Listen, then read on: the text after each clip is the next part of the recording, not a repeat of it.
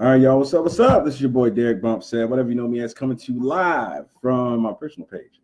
I got my guy Brian Maxwell here. He's a prolific sales trainer. I've been following for probably about two or 3 years, I think. Yeah, found him on YouTube, and I always wanted to interview him just because he's got an approach that I love. In regards to selling cars. On both the car selling side and even as much up to the management, general manager, I think as well side. So. Without further ado, if you wouldn't mind just telling us a little bit about yourself, brother. Man, I'm from Detroit, Michigan originally, representing the D, and played college basketball and ended up in Jacksonville, Florida, and was there for 20 years. And, really had bumped around a lot. I was one of those athletes who cared more about school than he did. More about the ball than he did school. And then got to college and started doing the one thing your parents say not to do, which is having kids. And got married really young. And when you have no college degree and no formal life skills, I wasn't a hot commodity in the employment market. And really, the first 2 or 3 years were really, really, really hard. That type of stuff where you wish you could go back and do what everybody told you to do, which is focus on school. And jump up from the ages of 22 to 24. I probably had 20 different jobs, and everything from customer service to standing outside of Winn-Dixie selling perfumes and colognes. I was really stepping over dollars to pick up dimes. And just due to an unfortunate situation of being evicted out of my apartment at the age of 24 with 3 children and a spouse, with 3 days to move while moving, found a business card to Coggin Chevrolet in Jacksonville, Florida, and went in and interviewed, and that's how I got started. Okay, cool.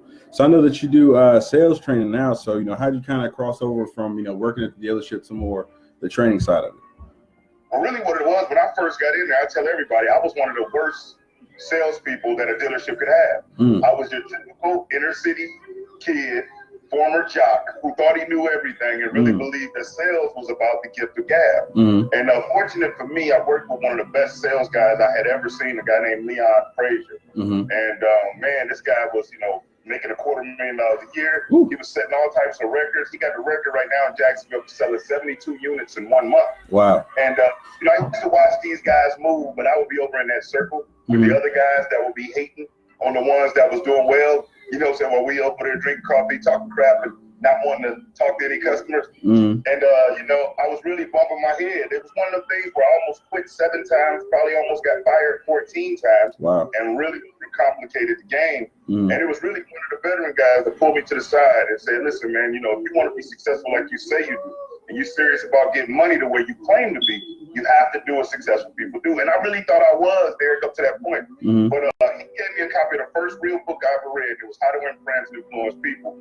And it blew the doors off of my mind, man. And I devoured every book I could get my hands on after that. The Science of Getting Rich by Wallace Waddles, Think and Grow Rich by Napoleon Hill, Bob Proctor, Jack Canfield, Les Brown. I went berserk. In my first year, I stumbled in around 43.5. By my second year, I almost tripled that and cracked over 100 for the first time. Nice. And by my 6th year, I had gotten to a point to where my skill set made it to where it was easy for me to be able to produce. But when people would leave our store and go out to other dealerships, they would be one of the top performing people. And they would always ask, where'd you get that from? Who'd you learn that from? And they would drop my name. And, I had 2 offers from these dealerships, and they were good packages, about $150,000 for one and about $175,000 for the other one. And I said, if that's what they're willing to pay me out the gate for the things that I've been able to help these salespeople do, what is my true value? And so, for the last 10 years, I just been going hard at it, continuing to build skills, and up to this date have helped thousands and thousands of salespeople around the country produce millions of dollars in product sales, if not hundreds of millions of dollars in product sales. But that's how I got here, man. Strong. I know. I found. I reached out to him not too long ago. When I was with the Ray Bryant group out here in Biloxi, D'Iberville area in Mississippi. Really love his content. By the way, check him out on YouTube. Look him up there. So one of the questions I got is you saying that there was a point where you transitioned from being just kind of a kind of bottom tier guy and then really started to maximize, where you tripled your the amount of income that you were on. What were some key things that you noticed that you were doing wrong that maybe some other folks can does that make sense what I'm saying? Yeah, I tell you, number one, first and foremost, it's a mind state. But people got to realize that from the time we start school, we are literally programmed to follow orders. You know, when they tell you in school, stand single file line, raise your hand before you speak, right. get permission before you go to the bathroom, right in between the lines. Mm-hmm. So as we grow up and progress, really what school and college, and I went to college, it teaches us how to have a good memory. Mm-hmm. So the better we are at being able to memorize things and obey orders, it's like the higher we go through the up the ladder and whatnot. Right. And so the first thing I realized as I started reading was that my mentality, what I was taught is I had to have a job. And what I want anybody that's going to watch this to know is that JOB stands for just over broke. A job is not designed for an individual to ever be self-sufficient. It'll give you a check every week, every 2 weeks, but you got to keep coming back to survive. Mm-hmm. Where a career affords you the opportunity to build a lifestyle off of it. So when I realized that I had stinking thinking going on, mm-hmm. and that I truly had believed that I was waiting on everybody to give me this, bring me people to buy from me. You give me training, you give me things to read, as opposed to saying, yo, listen, this is my life. And nobody's going to be more concerned about how I take care of my family, pay my bills, how much money I make than me. Mm-hmm. And so I said, if that's the case, then I have to pick the ball up and run with it. But it all came just by the good guys I was working with introducing me to books. And you know what they say? They used to say it another way at one point, so I'm going to rephrase it. If you want to hire something from a broke person, put it in a book. Absolutely. Those, the other word that they used to use starts with a B too, but I just won't go there. But you want to hire something from a broke person, put it in a book. And that's the one thing I want to stress to anybody, man. You got people out here that are really they think they can free their way to success. When I say free, meaning let me watch a 5-minute YouTube video, let me download this free report, and I think this is going to help me get to the next level, and it's not true. Because if we're not willing to invest in ourselves, whether it be time, money, getting mentorship, how can we ever expect other people to be willing to invest in us, whether it's a company or a customer? Absolutely. And so once I realized that, I had to think like a boss, because at the end of the day, every person out there is the CEO of the best business that they will ever own, and that's themselves. Yes, sir. What a company pays for is our time and our skills. So we are the brand. And I said, let me develop my brand. So if I feel like I'm worth $150,000, if I feel like I'm worth $250,000, if I feel like I'm worth $1 million, I have to build up my value by feeding my mental Rolodex with the tools to make myself, worthy of such a thing. And Absolutely. That's what helps. So, with some of those books, I know you mentioned the Think and Grow Rich, which I read that a while. I think that's the one that really opens up a lot of people to different ones. What other books besides Think and Grow Rich would you suggest, specifically for those who are trying to sell? Really, one thing I suggest, it's not a self-plug or anything like that, but a lot of times, people come from different communities. And so it's challenging for them to connect to certain books. I remember when I first started reading them, the Think and Grow Riches or How to Impress, I used to have to keep the dictionary right there to make sure I understood that they were referencing. Right. But I have a new online training that just launched out that's up online, and there's 3 ways, how to sell 20 cars a month using Facebook. And what I do is take a lot of principles I got from that and apply it with modern day strategies and methods that are working, and really put it in a very easy to understand. A 7th grader can watch this video and gain from it and build from it. But other than that, man, The Science of Being Rich by Wallace Waddles and James Allen, As a Man Thinketh, are extra books that were phenomenal for me. My girlfriend's been trying to get me to get the As a Man Thinketh. She I think she bought it for me. It's been kind of sitting on the shelf collecting dust. Unfortunately, I got to check it out. So I got a website here, the spoar.us. Now, can they find that training there? Right, they can find that there. They can find me on LinkedIn. If you go to LinkedIn, just type in Brian Maxwell, and really YouTube has been a phenomenal platform for me also. But at the end of the day, I also have my telephone number. If anybody really wants to reach out, they can call my business line at 904-438-8556. If they want to ask some questions, anything I could do to help, just like how, you and I started connecting. You reached out, and I want to applaud you too for that, brother, because as a male, many times I get mostly females that reach out wanting to do interviews, because how males are, their ego. But for 2 brothers to be able to connect and you share your platform with me and anything that I can do to help you, I just want to commend you and say thank you for that too. No problem. I think it's big what you're doing out here. I think one of the things that I learned early on in the car business was that you have to focus on becoming a student. It doesn't matter how good you may think you are or how much you've learned, you never can stop learning. And as you find folks who specialize in certain things, it's good to get around them and just learn, because you never know, when somebody have that small little key that'll just take you to the next level. So I'm always trying to meet people who are, who are doing that. For the sales managers out there, what would you say? I know you mentioned Facebook, and I want to touch on that in just a second as well. Sales managers, I've been to a couple of dealerships. There's always, of course, high turnover, unfortunately. So, what suggestions would you give to, sales managers out there so they can dominate, really get their team to go to the next level? After being at dealerships nationwide, I'm talking about some big and beautiful, other ones small and, questionable. The one common denominator I've realized that creates high turnover and mediocre results, most management teams, what they're trying to do is maintain the same number every month. And when you're trying to maintain the same number every month, what that really means is you're falling behind because you're not really increasing the goals and the objectives. And that way, even if you fall short, you still may be higher than what your goal was. But in most cases, a lot of your sales managers out there, once they leave the floor and whatever skill it was that got them off the floor, they forget, A, what it was like when they was out there, and B, the real serious thing, and if a general manager is watching this, or a general sales manager is listening to this, many times they'll spend more time questioning the skills of the salespeople than they do the management team. The sales managers, they wouldn't even know what to go out and say when the customer says the price is too high, or they want to think about it, or it's a tough situation. In a lot of cases, if it's not a lay down, they don't even want to come from behind the desk. And so how can you breed a team atmosphere and tell people be gung-ho for the company, but when your teammate needs your help, you're unwilling to step there and support? And so that's what makes a person feel like they left behind. People get hired, they come in the first week, they told they're going to get all of this training, they don't get anything, they're told to shadow somebody, and they literally feel like they left by the wayside. Yet they're being held accountable for not being able to do things in a skillful manner when their own manager doesn't have the ability to do what they expected them to do. And it's the weirdest, craziest dynamic I've ever seen. So that's why general managers are getting fired every day due to the fact that, A, they have no idea just how minimally skilled their under managers are. They might have knew somebody, or they might actually have the skill to get to where they are, but they are piss poor at being able to reproduce themselves out there on that team and really treat them like family members. And you know what we do with family, we always willing to help family, So you had these people almost having to give away a child or submit DNA just to take a day off. You know what I'm saying? You want them to stay late, don't take any time off, but when they need you, you leave them by the wayside.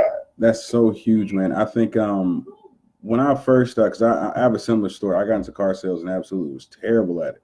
But it was at one point that I realized I started working some of the things I was good at, being good on the phones and working Facebook and just leveraging, those relationships. But what really the difference maker was when my general sales manager, Casey, right? Casey McGraw, he owns a dealership out in Georgia now, I think. He took the time to really say, all right, Derek, this is what we're going to do. We're going to do this and this and this. And I want you to only focus on doing this. And I've got myself around some good people too. But him being able to come out there and jump in the middle of deals, like, he stopped me halfway through. I wouldn't even be through the needs assessment and just he was very involved. He was rarely behind the desk. And as he started to do that, it built me and my confidence up and being able to watch a master do this. It was able to make me into a professional salesman as well. And it's unfortunate. You're absolutely right that not many managers do that, nor do they take the time to really train. And that's why I really, dig the stuff that you do, because it's so needed. It's so needed in the automotive industry. Too often we're thrown to the fire and just like, either you're going to sink or swim, baby. What you going to do? Unfortunately. You got a person trusting you with their livelihood. Their family's lives is in their hands. And they talk some of them talk disrespectfully. They expect people to do what they're not willing to do. And at the end of the day, man, the most successful stores I've seen have a tremendous family atmosphere. The way that they're not working their people 70, 80 hours a week. That's just asinine when I hear about crap like that. They're giving their people 2 days off a week. They're providing them with the tools. And once a person starts being able to make some money and provide, they don't mind coming in there working for you because they know you. Absolutely, man. Those 12-hour days don't look too bad when you bring it home 8,000-9,000. It's like, shoot, man, we all right. We having fun.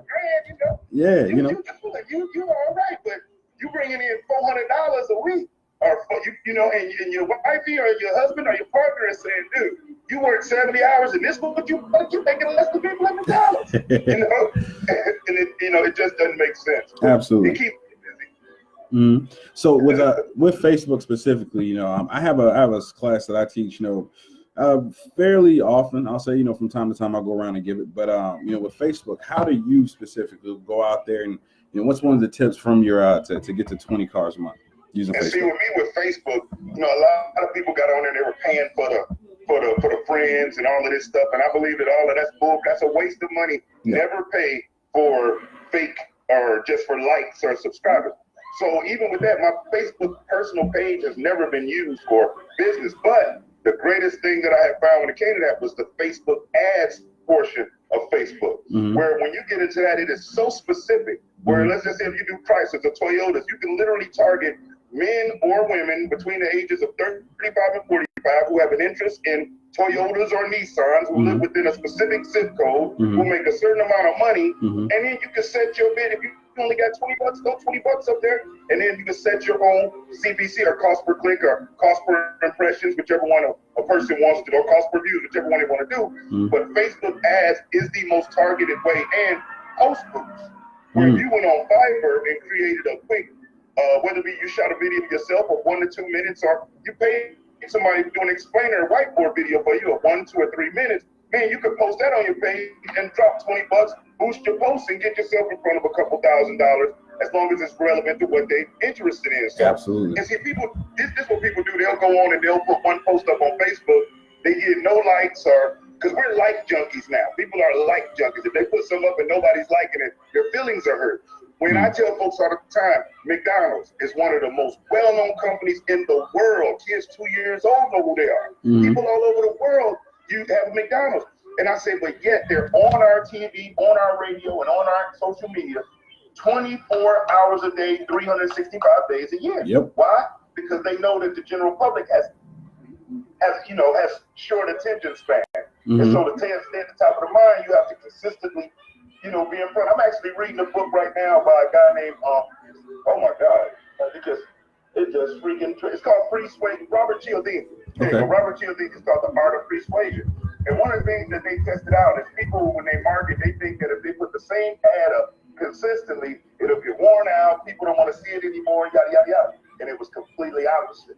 It's always flipping to new things, lack of familiarity, that causes people struggle. It's when you consistently hit them with the same. That's why the commercials run day after day, hour after hour. Think about how long some commercials run before they switch it up, and how many times a day, and how many places around the world they're playing this thing. And so my thing to people is just consistency. You have to build a reputation where people know you for that thing. If you're coming from warehousing and now you're selling vehicles, your family, friends, and people don't know you for selling vehicles. So you have to become a brand ambassador. How you do that? By every single day. I say for the first 3 months, you need to post at least 3 times a day. When I was building my YouTube channel, man, I was putting out 3-4 videos a week, and you know how the editing process can be. So that crap can be very tedious. But I knew I had to consistently do that for a number of months, if not the whole year, and then it hit me. More and more people around the world try it. And then that's the beautiful part about with all this social media is that once you create something, if you're consistent, you'll start to see it works for you. You know what I'm saying? Like, I haven't sold cars, like been on the sales floor selling cars for, I don't know, maybe a year and a half, 2 years, but I still get recognized as, oh, that's the car guy right there, because I did exactly what you said, a couple of years ago, posting every single day. I put my own money up, to get myself in front of people. And it just, it absolutely works.